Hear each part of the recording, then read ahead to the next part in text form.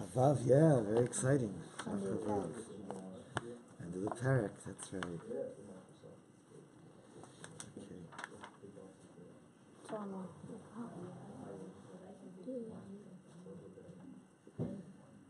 Okay, thank you for coming. Today we merit Bezrat Hashem to complete the first parak of Maseches Chullin. Hopefully Hashem will put this parak in our hearts and bring us back to it many times and bring it back to us many times. So the end of the first parak has been dealing with a series of laws and contrasting the laws, starting with shchita. What works for shchita doesn't work for malika. And then we got even into the same item, at one point it's good, at the other point it's not good. We saw the bitter almonds. So when they're small and still sweet, and even though they're not really fully ripe, but that's when they're not bitter. So then they would be fruits and obligated in Meiser. Once they get bitter, then already they're not fruit, and they're not obligated in Meiser. So let's start again with the Mishnah on the bottom of Chafei Amud Beis. We're going to learn now about the definition of wine. Hatemed, someone who is trying to mix water with seeds. So the grape seeds should give some flavor into the water. If it hasn't fermented yet, then it's water. If it's water, nikach bekesef meiser. You can't use the money of meiser sheni to buy it. Uposelas hamikva. And if it's water, if it's in a utensil and then it spills into rainwater or spring water that are still collecting, and we haven't yet gotten to 40 sa of the rainwater or the spring water, the temed would not disqualify it. It would disqualify because it's water. It's mayim shuvim. It's drawn waters mixed in before we got to 40 sa, before we got to 40, about 150 gallons of the rainwater. But if the temed has fermented, so then nikach bekesef meiser. So then already it's wine. Once it's wine, you can buy it with money of meiser sheni. And if it falls into a gathering of spring water or rainwater that's not yet up to 40 sa, it wouldn't disqualify this gathering. Okay, that's the halacha of temed. Next halacha, talking about machzas hashekel, ha'ach and hashutfin. Brothers who are partners, in other words, their father's property has been divided between them, and then they go back into partnership together. If they're obligated to add a kalbon to the half shekels that they give on behalf of each other, then they're partners, and if they have animals that they're raising, they don't have to separate every 10th animal that was born in the year as maaser behema. But when they're still obligated in Meiser Behema because they haven't divided up their father's property, their father died and the property is still in the estate, it's in what's called in the halacha tfusas habayis, then p'turim min hakalbon. If the estate pays shekels on their behalf, they don't need to add a kalbon, because that's what we learned in Masechet Shkalim, that if somebody gives machzas hashekel on behalf of somebody else, he doesn't have to give a kalbon. So if the money is still their father's money, it's considered that their father is giving the shekels on their behalf. So there's no need to add a kalbon. Okay, Gemara, Mani Mas Nisan, says the Gemara, who is our Mishnah? Lo Rabbi Yehuda v'lo Rabbanan. It's presumably neither Rabbi Yehuda nor the Rabbanan. The Tanya lived in a brayso about Maser HaMitamed, a person who puts water into grape seeds. V'nasan mayim b'mida, you put in, let's say, a gallon of water. Then when he strains it out, matzah kadei midah, so there's still just a gallon of water. So that seems like the grape seeds haven't contributed any liquid.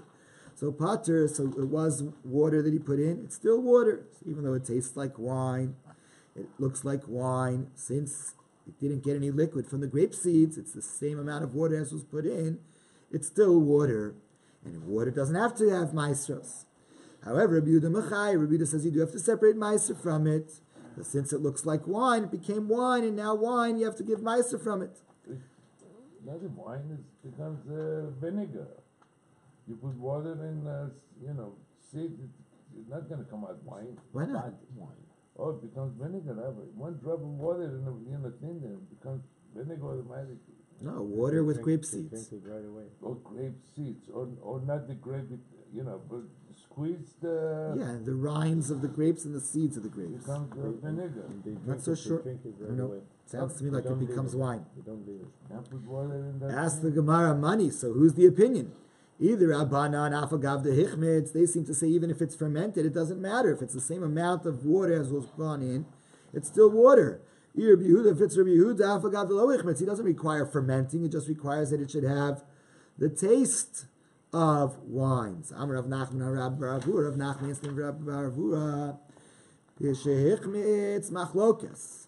When we talk about the taste of wine, it means that it fermented and therefore there's the taste of wine. So Rabbi Yehuda, who said that it has the status of wine, is saying like our Mishnah. Mas Nisan Rabbi Yehuda. Our Mishnah is like Rabbi Yehuda. Rabbi Yosef Chanina also said, the argument between Rabbi Yehuda and the Chachamim is when the amount of water that went in is still the amount that's coming out.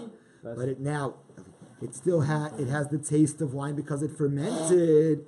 And so the Mishnah that says that if it fermented, it's now considered wine, is the view of Rabbi Yehuda.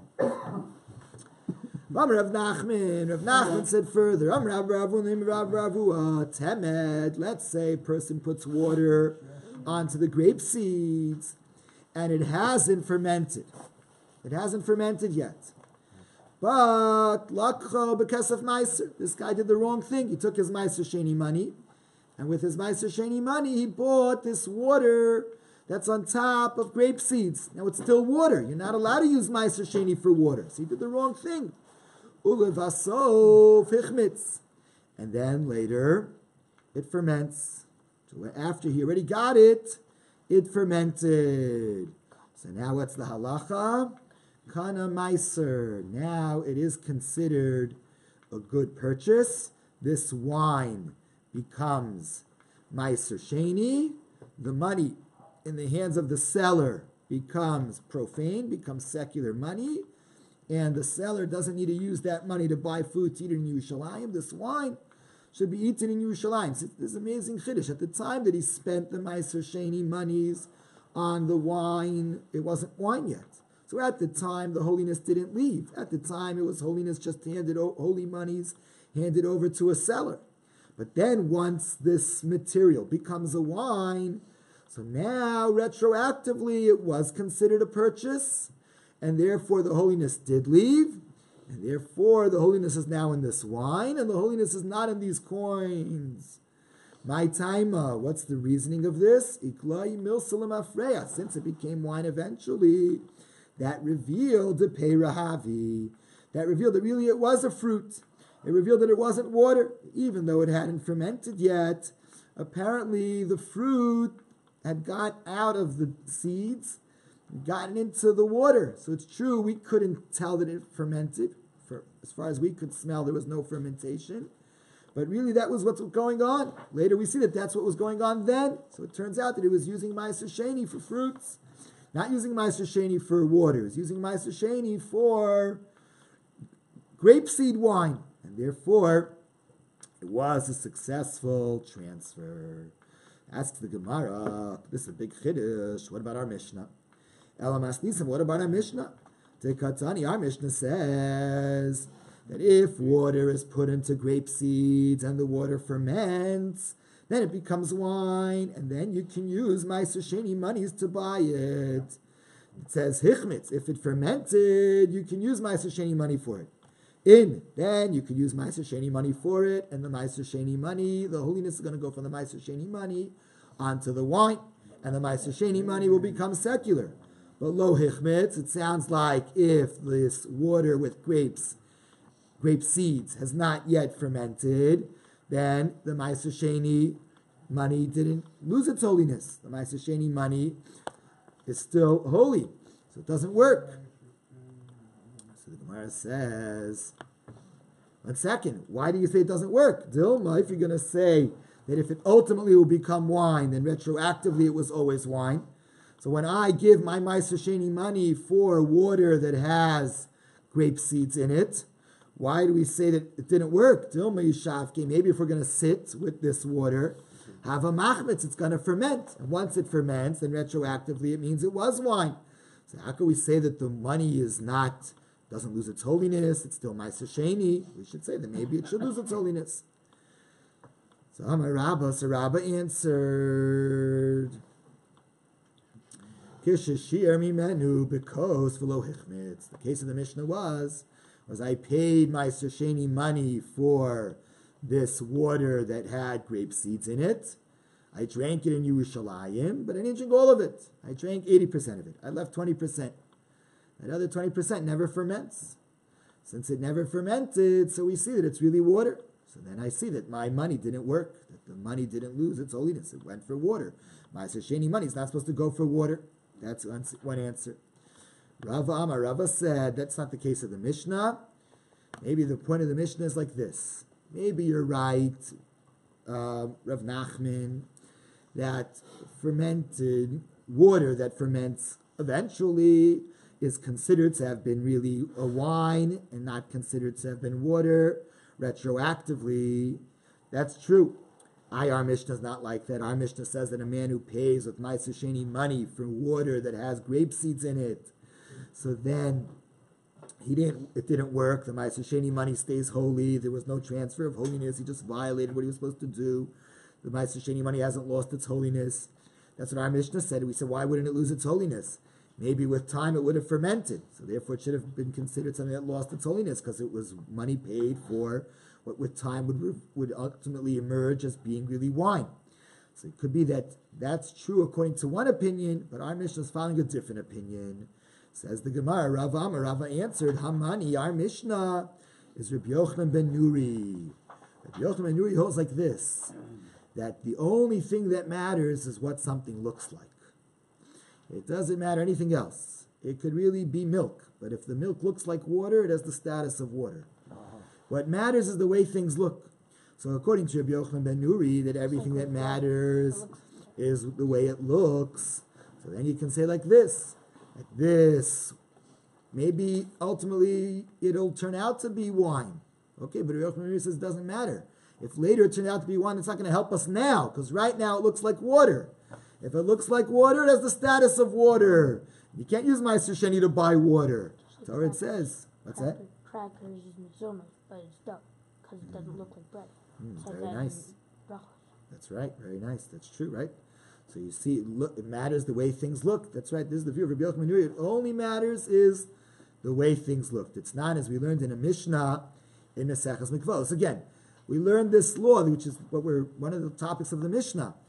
A mikvah is the core of the mikvah. The heart of the mikvah is 40 sa'ah of pure water. When I call something pure water, what I mean is water that was not transported in a vessel, water that wasn't held in any utensil. So it could be water from a spring, it could be water from the rain, but water that wasn't transported in a vessel, that collects in the ground, collects in some type of a basin.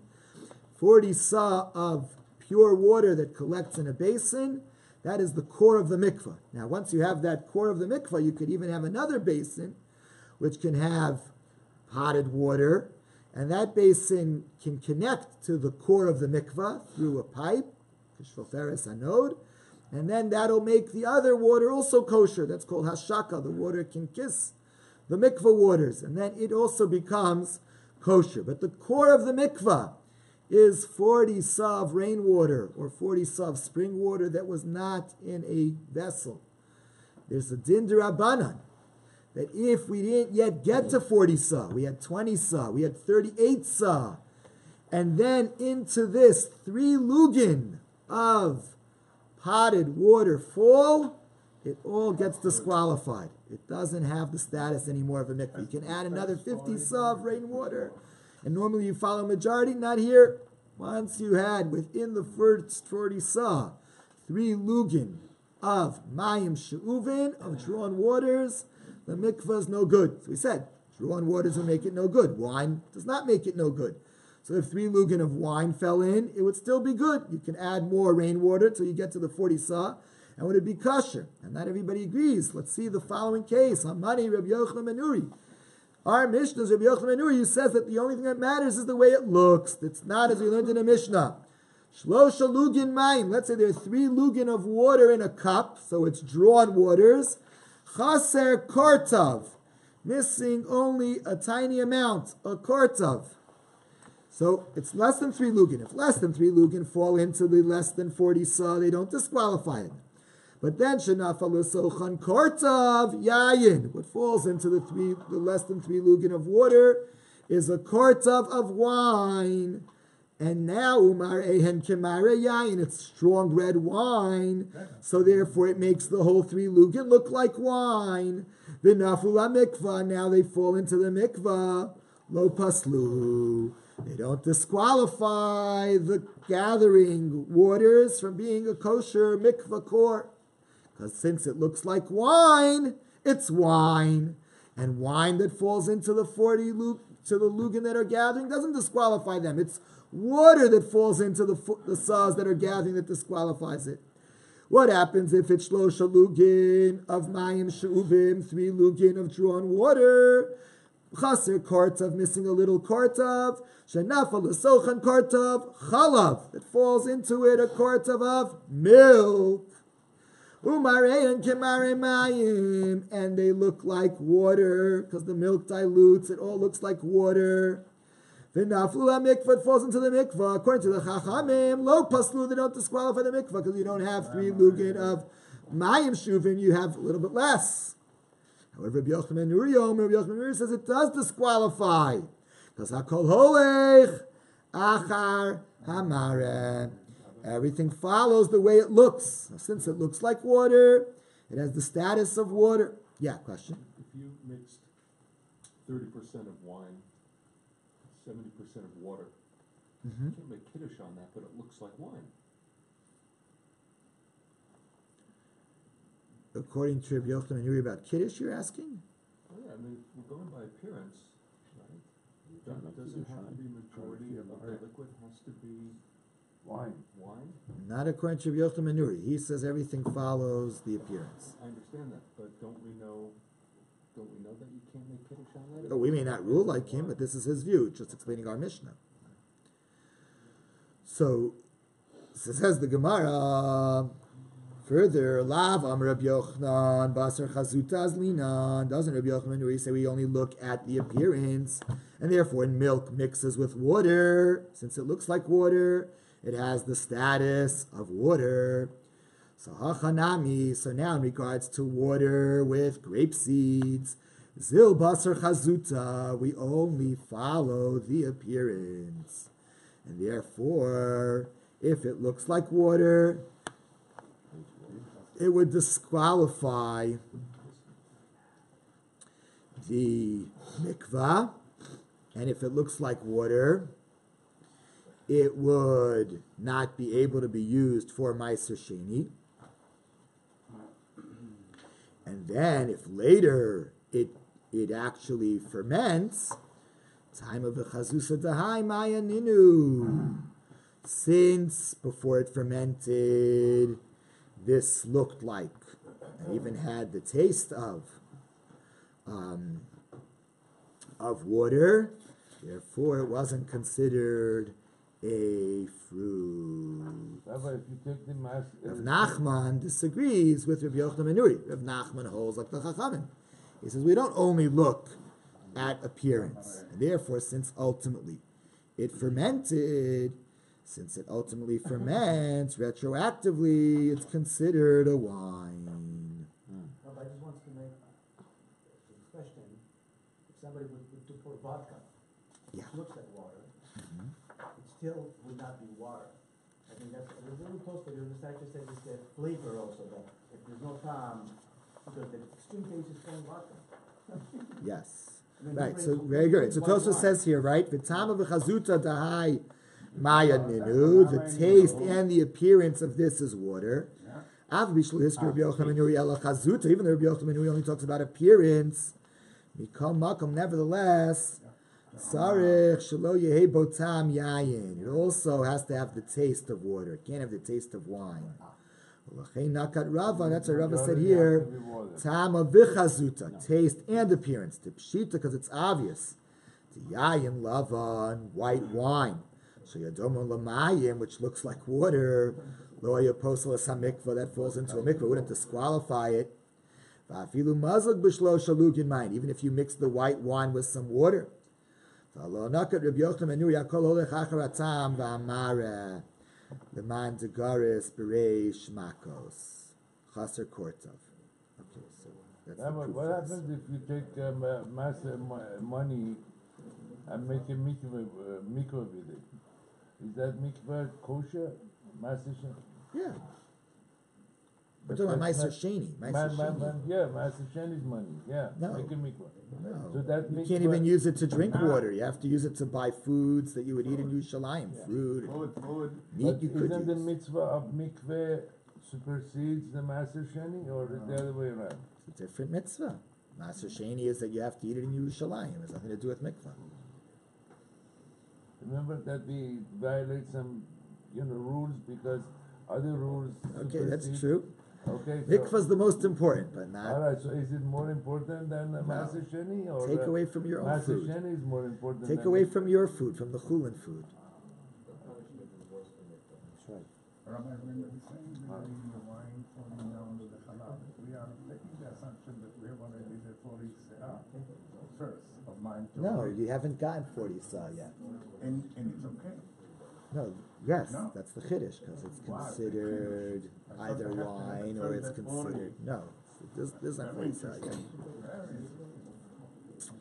Says the Gemara, we just said,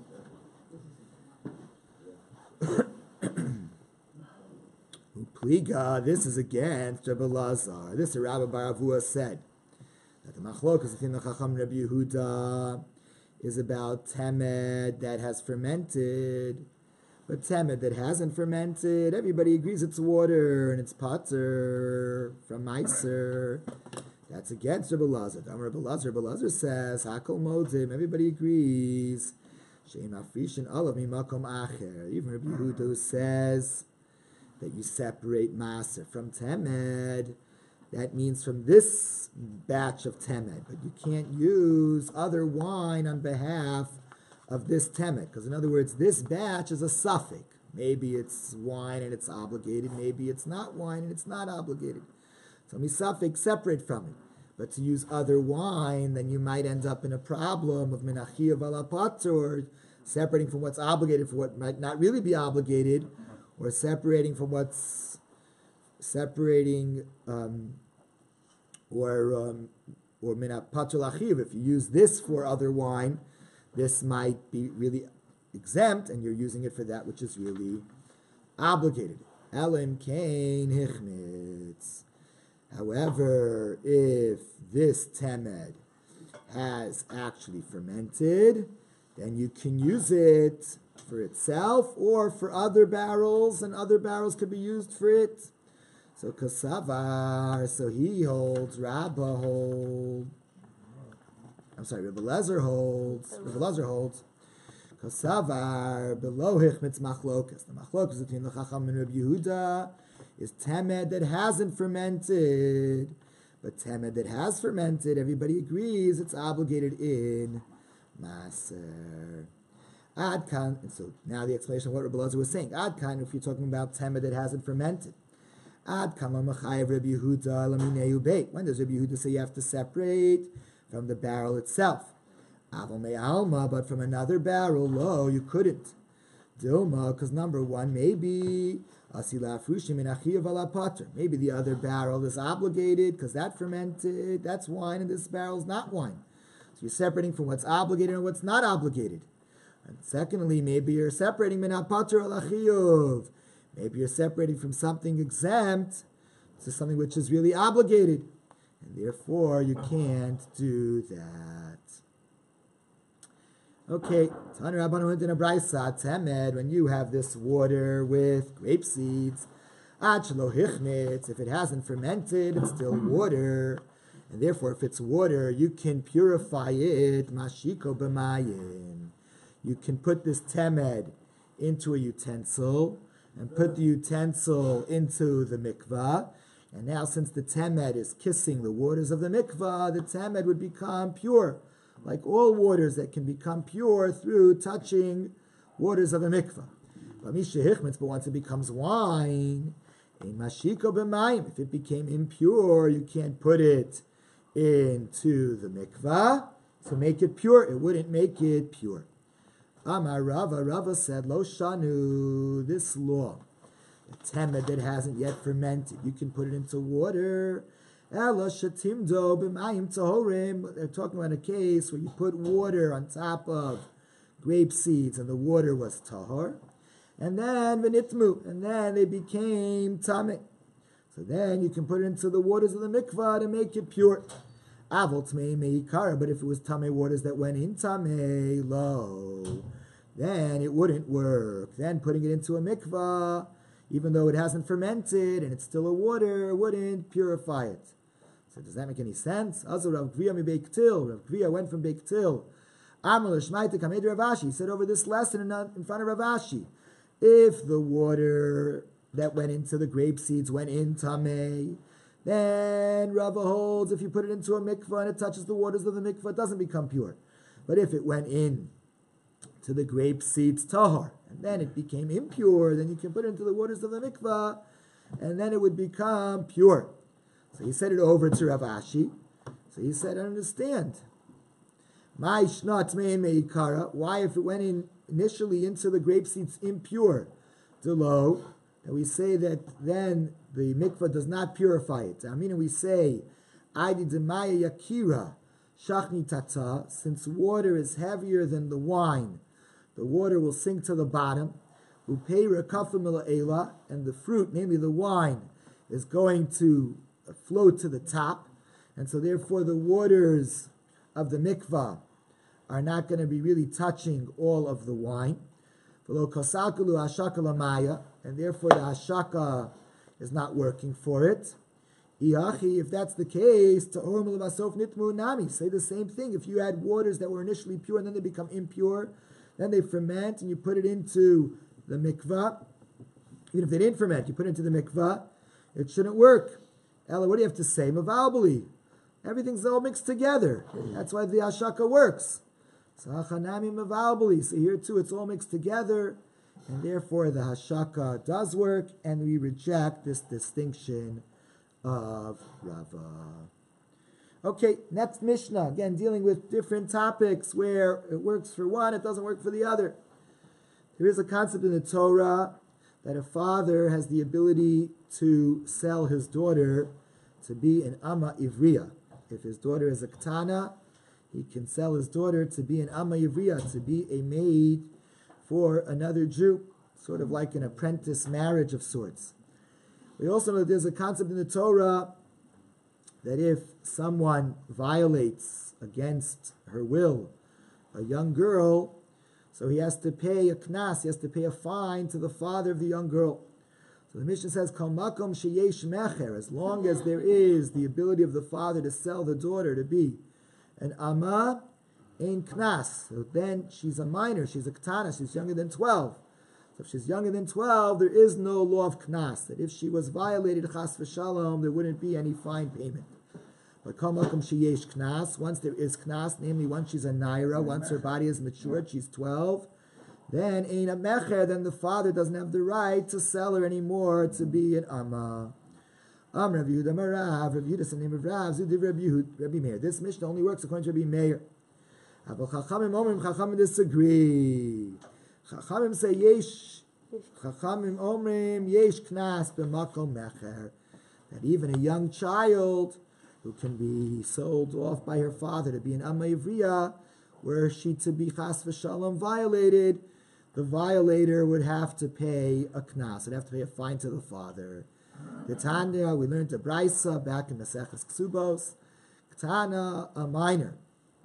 Bibas yom echad, if she is 1 day old, ad shetavi shtei sairos, until she's 12 and she has 2 pubic hairs, so her body has matured. Yesh la mecher, her father can sell her to be an amma, but ve'ein la knas. But if she were to be violated, the father would not get the fine payment. Mishatavi shtei sairos, once she has the 2 hairs for the next 6 months, ad shetiba gayer, till she matures as a bogeres, 6 months later, yesh la knas. If she's violated, there is a fine, and the fine goes to the father. But ve'ein la mecher, the father has no ability to sell her. Rabbi Meir, that's Rabbi Meir. Sure, Rabbi Meir says, Kol makom sheyesh mecher, where that's like our Mishnah, Kol makom sheyesh mecher, namely where a father can sell her when she's a minor, ein knas, and there is no law that there would be a fine. But Kol makom sheyesh knas, but once there is a fine for violation, namely a nara, ein mecher, then there's no ability to sell her. But the sages say, Ktana, minor, once she's 3 years and a day, until she reaches 12 and a half, yesh la knas. There is knas.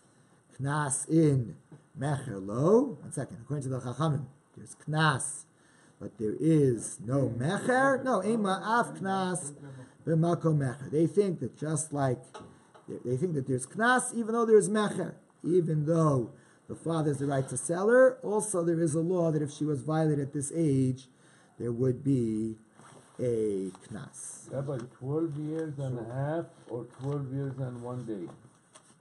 12 years and 1 day is a na'ara. 12 years and a half is bogeres. The Torah talks about knas in a case of a na'ara, a 12-year-old. Does it also include younger than 12? That's the argument here. According to Rabbi Meir, it does not include younger than 12. According to the Chacham, it includes from 3 to 12.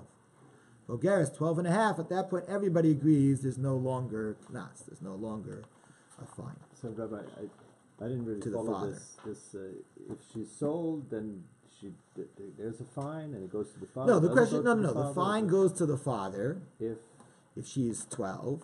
But has anything to do with if she's a maidservant or not? No, the fine is not irrelevant. Right, it's just saying the same timing, just the same age. Okay, so whether she is a maidservant or not, that's irrelevant. Correct. So if she's less than 12, then there's a fine? That's the argument. According to Rabbi Meir, less than 12, there's no fine if she was raped. To anybody, to her, to father, nobody. Right. And if she's older than 12, 12 and a half or whatever? 12 till 12 and a half, it'll go to the father. And if she's 15? It'll go to her. She'll get the payment. So there's only the 6 months that it could ever go to the father. According to Rabbi Meir, correct. And according to the Chachamim, from age 3 until 12 and a half. To the father. And if she's older, then it would be goes to her.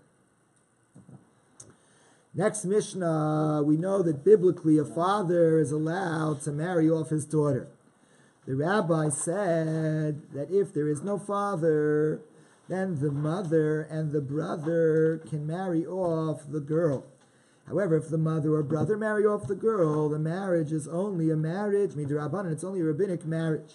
It's only a rabbinic marriage if the mother or the brother marry her off. And therefore, since it's a rabbinic marriage, she can walk out. That's called miyun. She can just say, I'm out. I'm not interested. She can walk out until the age of 12. She can just walk out.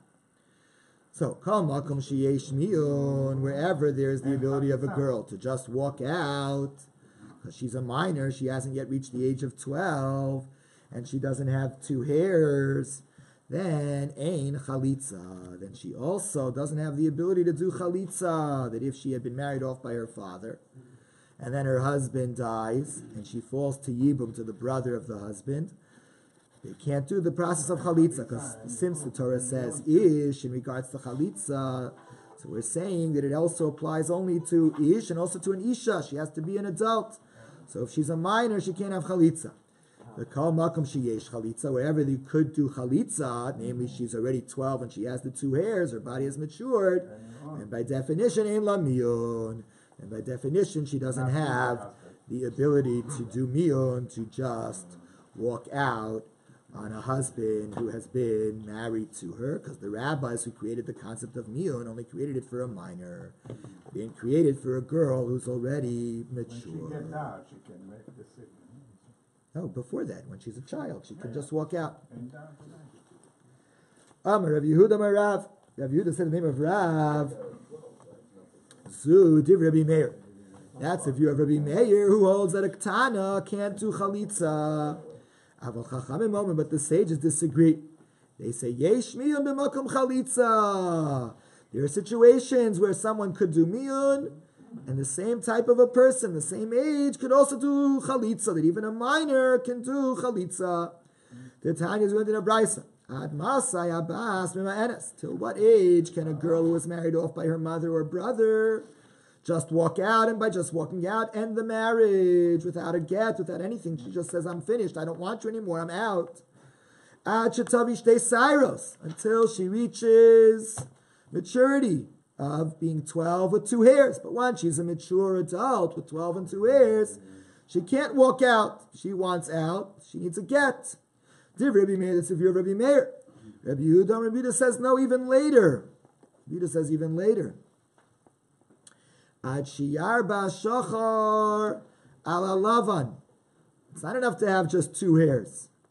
Until she has more black than white. In other words, she has more hair than skin over there. She has to have a majority of hair there. So according to Rabbi Yehuda, once she has 2 hairs, as everyone agrees, she can do chalitza. She's a gedola. And even though she can do chalitza, she can still be doing miyun, because it's not yet riba hashachar ala lavan. So according to Rabbi Yehuda, you have a situation where you can have chalitza and miyun. You can have miyun because it wasn't yet riba shachar ala lavan. It wasn't yet a majority of the black over the white. And you can still have chalitza because it's already shtei sairos. Whereas according to Rabbi Meir, once it's shtei sairos, you can't have miyun. So our Mishnah is the view of Rabbi Meir. But Chachamim would disagree.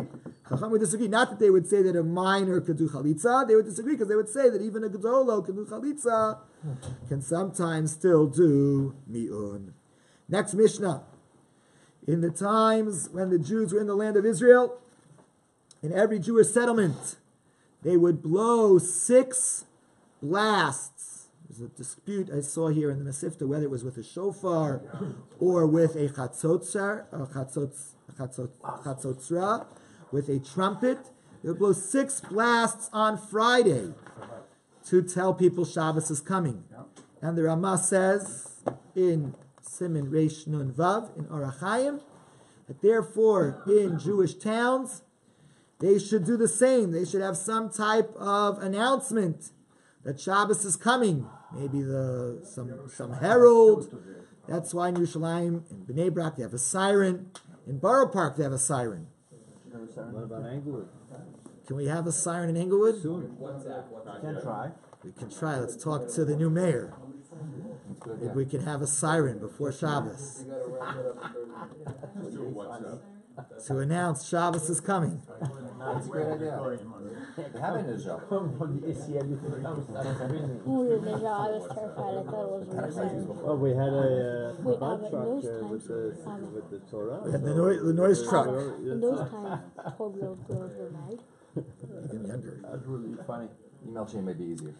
So, the Mishnah now says, what are you going to do if you're going from Yom Tov to Shabbos? Right? If you go from Friday to Shabbos, so you have the siren, you have the blowing of shofar to inform everybody to stop doing work.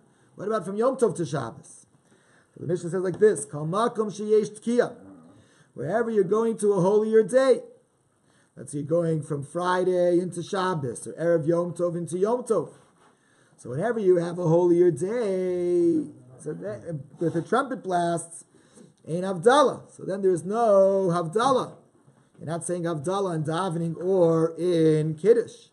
But when you go from Yom Tov to Shabbos, when you go from Shabbos to Yom Tov, so then you're going from a holier day to a less holy day. You go from Shabbos to a weekday. There's a separation of the holy to the week.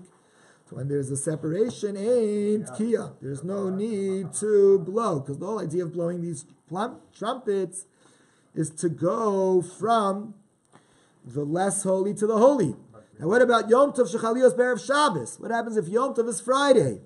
So Yom Tov itself is holy, but Shabbos is holier. On Yom Tov you can carry, even without an Eruv. On Yom Tov you can prepare food. On Shabbos you can't. Yom Tov you can cook. So then token, they would blow the blasts to show everybody that now you're going into Shabbos. Now once you're blowing, below Mavdila, there's certainly no Avdallah. B'motzai Shabbos, if Yom Tov is on Motzai Shabbos, Mavdilin, we make a Havdalah. We say that we're going Mikodesh to something less Kodesh. We don't say the Chol, because it's Yom Tov. We say the Kodesh. The low token. So if we're making Havdalah, we're going to a lesser holiness. And there's no point in blowing shofar. Now, what type of Havdalah do we do when we go from Shabbos to Yom Tov? I mean, after all, it's also holy. So we say, Baruch HaMavdil ben Kodesh LaKodesh. Blessed is the one who makes a distinction between the holy and the holy. Rabbi Dosa says you say, Baruch ben HaKodesh Chama LaKodesh HaKal. Blessed is the one who makes a distinction between the holiness that is more severe to the holiness that is lesser severe. So one second, if you have Yom Tov on a Friday, you're going to blow shofar to tell people to stop cooking because now Shabbos is coming. So how is this blowing different than the normal blowing? What's going to make this blowing a different blowing? Some Rabbi Yehuda says, Tokeo meiria mitochat kia.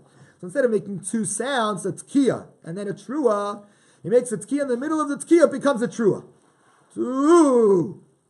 And Ravasi said, Tokeo Maria ben Neshima Achas. Normally he would blow its kia, take a breath, and then blow the trua. But here he would just blow it all in one breath. It's kia and a trua in a single breath. Asking Ravasi, Behutzal Kishmaite. Ravasi, who lived in the town of Hutzal, he made them do that. And when Yom Tov was on a Friday, they would blow kia, trua in a single breath. Meisvei, they challenged this. We learned in a brayso, Yom Tov Shechalios Be'erev Shabbos. If Yom Tov is on a Friday, token, we just blow tkiya. For lo marian, we don't do trua.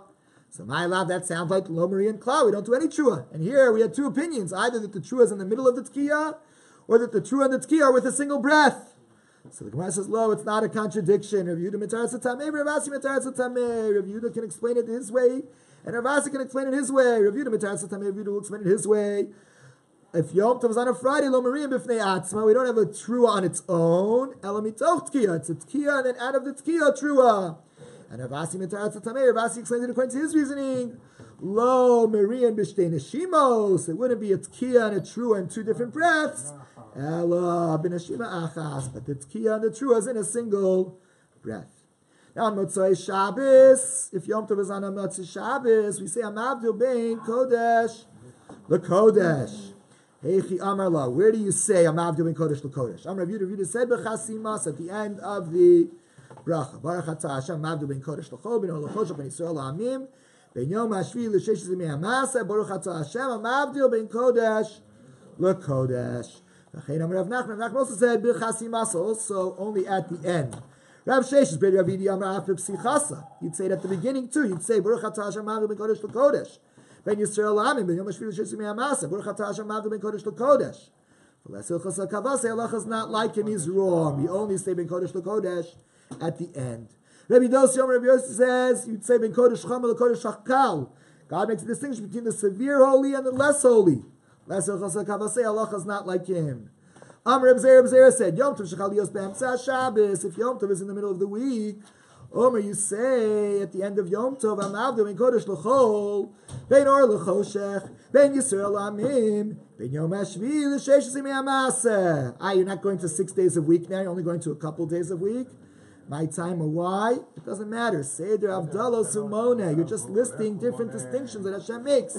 Hashem distinguishes between light and dark, between the Jews and the nations, between the seventh and the other days, between Shabbos. These are all different distinctions. and therefore it is a kosher havdalah. Hadron alach, this is Hashem Yisbarach. Hakol shochtin, v'hadron alan, hakol shochtin.